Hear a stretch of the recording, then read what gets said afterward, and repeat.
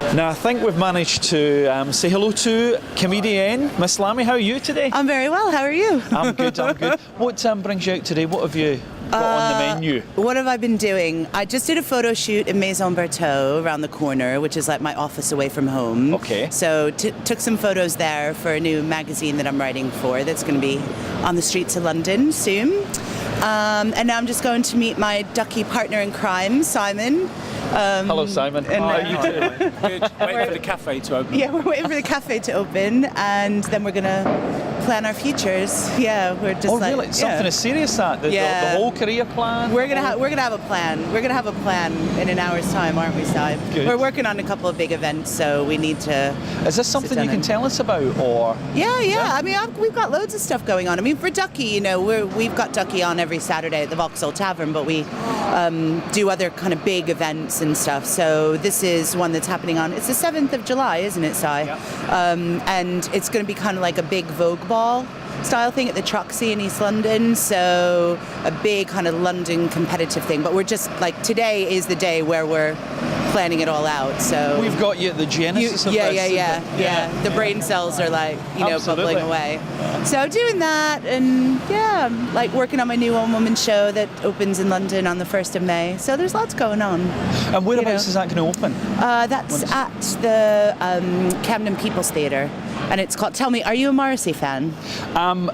My best friend would be a fabulous Morrissey fan. I was never a great Smiths fan. I'm being honest with you here, and you're now going to tell me your best friend. We're going to fall out. We're going to fall out right here now on air. No, it's just the show is all about my obsession with Morrissey. Really? Yeah, it's called Unhappy Birthday. I'm going to check for daffodils coming out of the back. Yeah, they're everywhere. Coming out of every orifice, don't you worry. So obviously you're not, like myself, you're not from London. No. But you've come over here and you're pursuing this great comedy career, and it's bringing you into the world of television and into the public eye and things. How did you get started? I got started. I wrote a little show.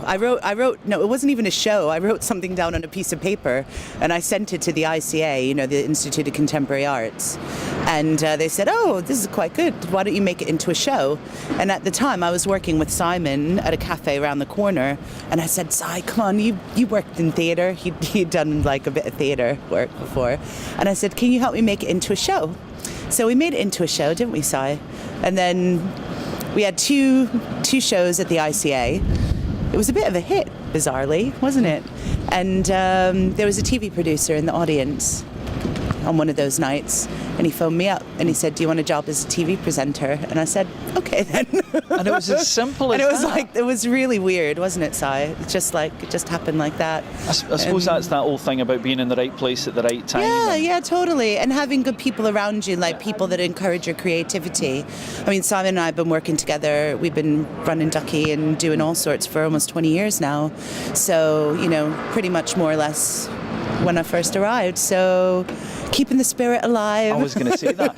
And what do you draw on when you're looking to write new things and bringing out comedic elements of situations or people like Morrissey? Yeah, the thing is, you describe me as a comedian. I think if I make people laugh, it's purely by accident. I mean, it's not something that I try to do. Okay. So if people share my twisted sense of humor, then that's really good and that's lovely. But I'm not like a stand-up comedian. I'm not cracking jokes into a microphone. In terms of my one-woman shows, they really just come from my pop obsessions because I love nightclubs, I love going out, I love jumping up and down and dancing to, all my favorite records. So for me, doing a show all about Morrissey is like my dream. I am living my own dream because all I do all day is think about Morrissey, talk about Morrissey, bore everyone to tears. Even my girlfriend is like, "Amy, there are 3 people in our lesbian relationship and Morrissey has to go." That's brilliant. So a perfect night out for you. You've talked about hitting the dance floors or jumping up and down to music. So who would it be apart from Morrissey? What would we need to put on the decks to give you a good night out? So I'd love a bit of Smiths. I'd love some New Order. I'd love some Dexy's Midnight Runners. If Simon was there, we'd need some Jam. Because he's a big Paul Weller fan. So it's all about having the songs on that like your mates love as well. So then you got something to do. I think you've mentioned quite a few bands there from my sort of era as well. Yeah. I'm maybe giving away my age here as well, in likes of the New Order. And obviously there's going to be a big thing happening this year because of the Olympics. We've got Blur, we've got New Order doing the big concerts in the park. Are you going to be heading along to events like this? I would love to. I would absolutely love to. I don't know like what my plans are yet, but you know, if I'm there, I'll be there definitely. Right. And if your fans want to keep in touch with you online, how do they do that? Have you got a presence? you can go onto my website, which is just amylemay.com. Leave the accent off, so it does look like Amy Lame, which is fine by me. I've come to terms with that. But you can also find us at ducky.co.uk. You can follow me on Twitter at Amy LeMay, and just have a little nose around. So. Thank you.